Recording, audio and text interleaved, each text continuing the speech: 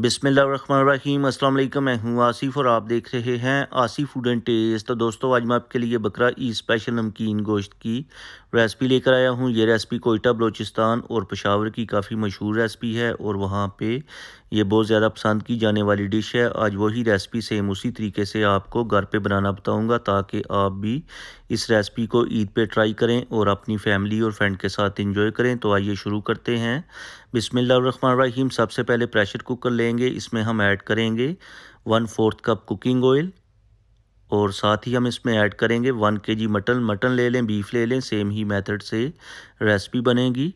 Mutton को हम oil के अंदर अच्छी तरह से फ्राई कर लेंगे। अगर आपके पास चर्बी वाला गोश्त है या फिर आपके पास चर्बी है तो आप इसमें ऑयल वगैरह का इस्तेमाल बिल्कुल भी ना कीजिएगा, क्योंकि ये जो रेसिपी है इसमें चर्बी का इस्तेमाल होता है और जो ओरिजिनल रेसिपी है वो सिर्फ चर्बी से ही और मीट से ही तैयार की जाती है।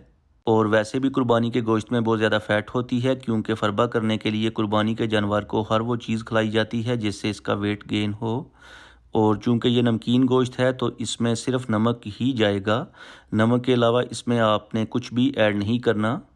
तो यहाँ पर हमने 1 kg मटन लिया है तो इसमें मैं ऐड करूँगा पौना टीस्पून नमक का। आपके पास जितना गोश्त होगा उसी मिकदार से आप नमक ऐड कीजिएगा। गोश्त चूँकि ड्राई होगा, ना ही इसमें मसाला और ना ही ग्रेवी वगैरह का कोई चक्कर नहीं होगा, तो आपने नमक जो है उसको बिल्कुल ऑथेंटिक ऐड करना है। ज़्यादा नमक ऐड करेंगे तो जो गोश्त है आपका खाने के काबिल नहीं रहेगा।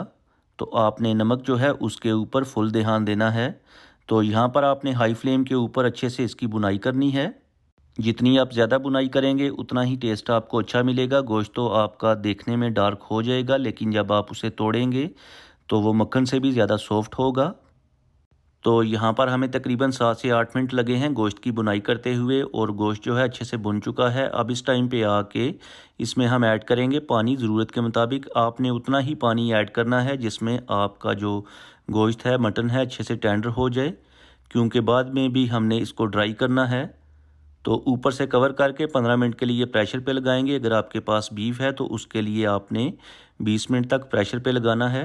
15 मिनट के बाद जब प्रेशर कुकर ठंडा हो जाएगा तो फ्लेम को दोबारा से ऑन करके हाई फ्लेम के ऊपर आपने पानी को अच्छे तरीके से ड्राई करना है और साथ ही गोश्त को भी चेक कर लीजिएगा कि गोश्त टेंडर हुआ है या इसमें कोई थोड़ी बहुत कसर है।